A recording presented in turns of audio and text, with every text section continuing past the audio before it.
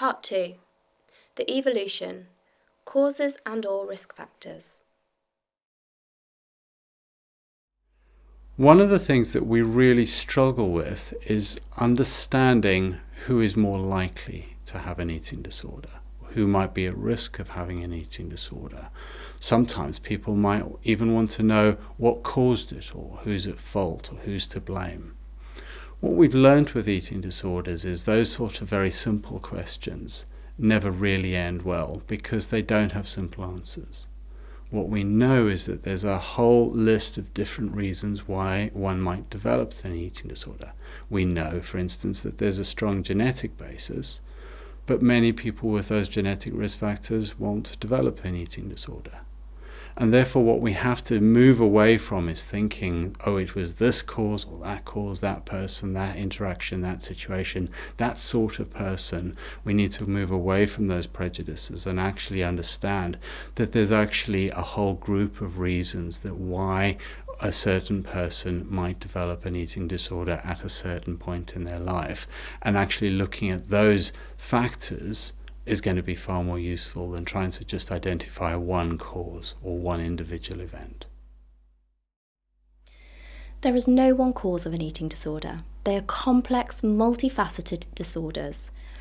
Risk factors for developing an eating disorder may involve a range of biological, psychological, and sociocultural factors. And these can interact differently in different people. So two people with the same eating disorder diagnosis can have very diverse perspectives, experiences, symptoms, or presentations. And there are some known risk factors, such as having low self-esteem, experiencing anxiety or depression, having high personal standards, being perfectionistic, and identifying as LGBTQ+, that is, lesbian, gay, bisexual, or transgender. Having a history of dieting and attempting to lose weight is also a known risk factor for developing an eating disorder, as is having a close relative with an eating disorder. Approximately 1/4 of women diagnosed with type 1 diabetes will also develop an eating disorder. The most common pattern here is misusing insulin, and this can be known as diabulimia, which unfortunately can be fatal. Being dissatisfied with one's own body image. This is linked with a vulnerability and susceptibility to be influenced by a weight stigma, which is often perpetuated by society and the media that being thinner is more attractive and linked to being more successful in life. So whilst there are many known risk factors, experiencing any one of these or a combination of these does not necessarily mean that somebody will develop an eating disorder or difficulty. Many of the families that I've met have told me that although they were worried about an eating disorder because they know that their child, like any child, might be at risk of having an eating disorder, they were surprised when it crept up on them and their families. That in retrospect they could see the slow, steady deterioration, but this was only in retrospect. And that actually many of those steps, they just didn't see those steps coming. They didn't see what was going on, even though it might be more obvious to people outside the family. And I think this is really important because in retrospect, families often blame themselves. They might think, oh, if only we'd noticed this, if only we'd done that, if only we hadn't said that, if only we'd taken the child to this person or that therapist, or taken them out of this school or this friendship group. But actually, I think this is often how eating disorders occur, that they slowly creep up on us. And the way I think I've started to think about this is a bit like an avalanche in the mountains. I think it's useful to think about the fact that there are some mountains that are either so steep that the snow never builds up on them, and equally there are some mountains and slopes that are so shallow that you could put a great deal of snow on them and they would still never have an avalanche.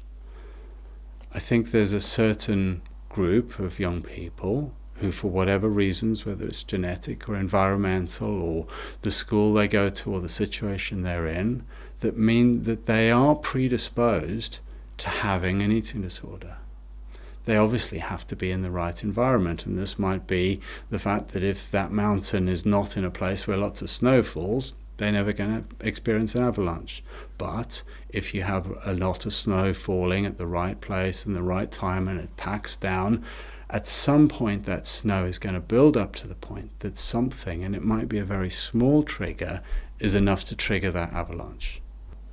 So these are the young people that we might meet acutely in the emergency department, or might go to their GP surgery, or might start noticing changes at school, in a youth group, or within the family. And people notice that things might be building up, and then something might catalyze a deterioration. That means that no longer can you ignore what's going on. It becomes very, very obvious that something very bad is going on. And to me, this is like the avalanche, that once it's started, you can't stop it. I think it's really important that you understand that at some point there is no turning around. You are now in a different situation to the one you thought you were in, maybe a day or a week ago. And now we need to take action. One of the cruelest things about eating disorders is that they start with some very healthy, maybe even noble ideas. The desire to be healthy, the desire to look after yourself, the desire to control your destiny, the desire to look a certain way or be a certain way or exercise and be healthy. These are all good things. And one of the cruelest things about it is watching those good, noble ideas getting twisted into something that is pathological and ultimately life-threatening. One analogy that I've found helpful thinking about this is the idea of getting a puppy. You want that dog to grow up into a dog that fulfills a certain function. That might be a lovely family dog or a good guard dog or whatever you're hoping for that dog. You have ideas, and these are good ideas. What happens though if that dog that you got to be that good guard dog starts becoming a beast that is actually uncontrollable, that's actually biting and snarling, that you can't look after, that you're scared of having people come round to your house in case of what the dog will do, that you can't take him public because of how he behaves when he's around other dogs, that actually this dog starts becoming a caricature of what you wanted. There's a bit of your brain that still remembers what that dog was like as a puppy and still wants that and doesn't want to get rid of that. There's a bit of your brain that hopes that that dog still can be that idealized family dog or guard dog or whatever you wanted. You still hold on to that. But the reality is you can't. You've actually got to let go of it. Somehow you have to get rid of this beast before it does irreparable harm. And I think this is one of the deep horrors of the disease, is how do you help somebody to let go of something that actually they might view as a really important part of them because it was so important to them to do that thing and do it well, and it's become such a caricature now, and now they have to let it go when they really don't want to. One of the things that we can really get very badly wrong when we are first thinking about somebody with disordered eating and we're thinking they might have an eating disorder is to fool ourselves into thinking that eating disorders are just an extreme end of normal, that it's a bit fatty, that it'll be okay, they just need to sort themselves out, they just need to try a little bit harder. In medicine, we understand the word pathology. Pathology means something that is not normal. It's not part of normal human experience. Not only is it not normal, but if it's allowed to continue unchecked, it will cause damage to that person. And the last bit of pathology is that we recognize that process, we understand that process, and we start to understand the things that we might do to help in that situation and the consequences of what happens if we don't do that. It's normal to have a cough. It's not normal to have pneumonia. Doctors understand this. We understand that the white cells that you have in your blood to fight infection, if they become twisted genetically, very quickly they can turn into leukemic cells that are going to kill the patient. We understand that as doctors. And one of the things that we have to really try to help ourselves and our colleagues and our patients understand is that eating disorders should be thought about in exactly the same way. They are pathological, they are a disease. We understand the disease process, and we understand that this is not part of normal. Eating disorders are a group of illnesses that cause irreversible harm to some people, can cause long-term ill health to some people, and unfortunately can cause death in some situations if they're not treated correctly by people who understand what they're doing. And therefore, one of the things that really is important to us as a community of health practitioners and healthcare workers is that people understand that this is a set of diseases that we understand, but we also understand what's more likely to work and what's less likely to work. And our job is to try and get young people diagnosed and onto the correct pathway as fast as possible to try and reduce the damage that is done by this difficult and challenging group of illnesses. Sometimes people will ask me, well, is anorexia or are eating disorders brain illnesses or body illnesses? And the answer to this is yes. They are illnesses of human beings. What we know, and the science is very clear on this, is you can take somebody who's neurologically, emotionally very healthy, and if you starve them, they will start to behave in ways that are very unusual and very reminiscent of an eating disorder. We also know that when you start to starve a human being and they start to change the way they metabolize things and the way they start to think about things, they will start to experience physical sensations of pain, of palpitations, of dizziness, headaches, nausea. They will start to exhibit a whole range of physical signs and symptoms. And therefore, one thing that becomes increasingly important for us to understand is this relationship between the brain and the body. You can't separate them out, and it's wrong to do so.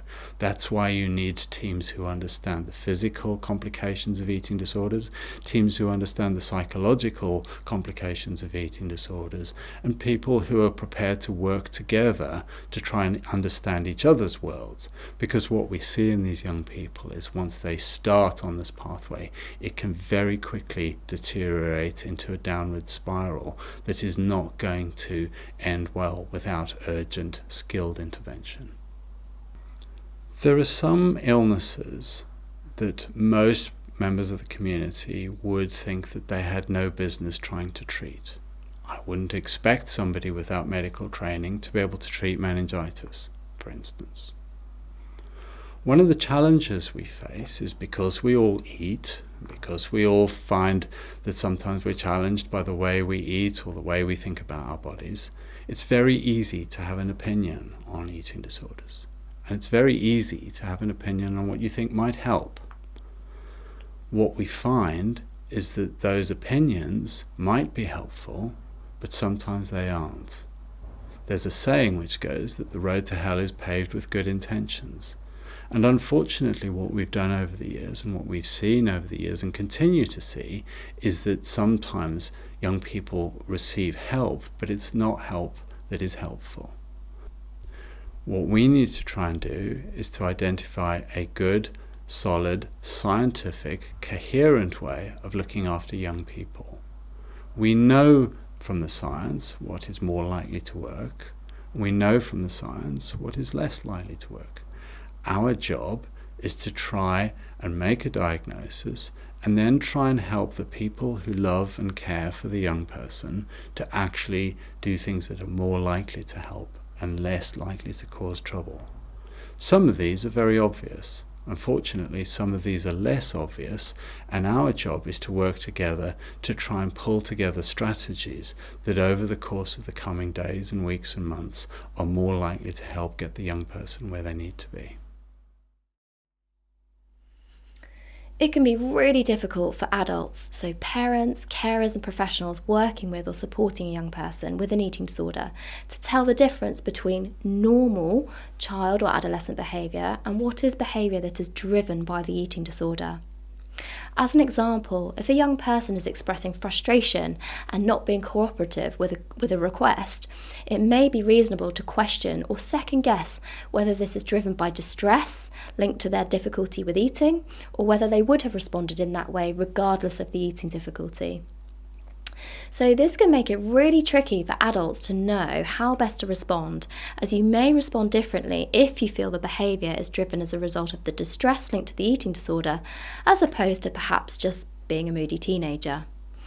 In many situations, it will be too hard to differentiate, and likely that the behaviour you are seeing will be in response to a combination of many factors, including but not limited to natural personality and genetics, current mental and physical health, developmental stage, the eating disorder, as well as wider contextual factors such as what's happening in their relationships with others around them and other environmental factors.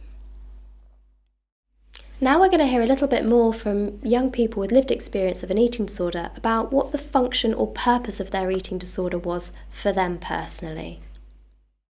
In my experience, my eating disorder definitely, I think, did serve some purposes. The year in which my eating disorder began to develop, which was when I was around 13, 14,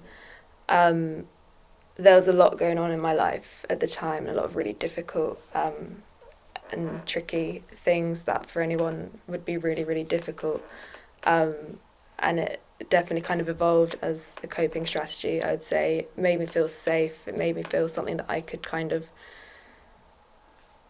use, not a healthy way of using it, granted, but it did make me feel more safe, and it did help me decrease that anxiety towards the other things I was feeling.